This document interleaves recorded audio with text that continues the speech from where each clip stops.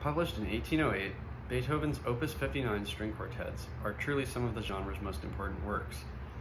Not only are these quartets incredibly widely known, but they were incredibly revolutionary for their time, doing a great deal to advance the art of string quartet writing.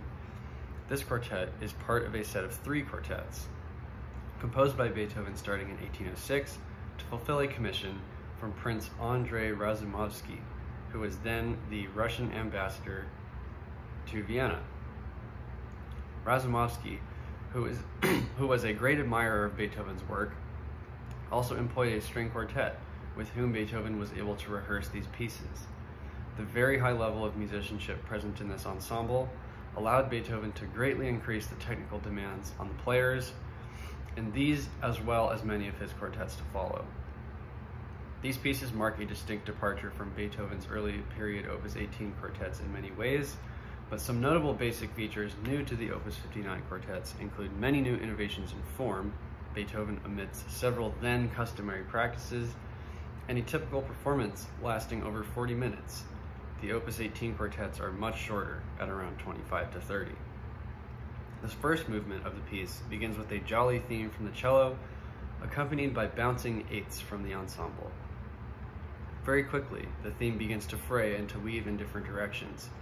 Each instrument is featured in soloistic passages, and there are many drastic shifts in mood, very characteristic of Beethoven even in early works, and especially so in this piece.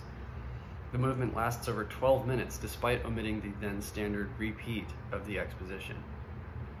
In the second movement, instead of the slow form typical of most string quartets up to this point, Beethoven chooses to place an allegretto vivace. This is yet another non-standard form choice and is not the last in the work. The cello, with its repeated B-flat figure, again forms the frame around which the other voices meander. The pleasant rhythmic interweaving that results, as well as the sweet melodies, are a true contrast to what comes as the third movement, marked Adagio molto e mesto, meaning very slow and sad. This is truly some of Beethoven's most intimate and sorrowful music, written in close, dense harmonizations. Some of Beethoven's softest music is his most powerful, and this is most certainly an example of this. The last movement is introduced by a cadenza passage for the violin, something certainly not hugely common at the time. Interestingly, Beethoven includes in this movement a theme which was drawn from the Russian folk tradition. As part of his commission agreement, Prince Razumovsky requested that Beethoven include a Russian folk theme in the finale of this piece. He provided Beethoven a published collection of Russian folk melodies, from which Beethoven chose this one.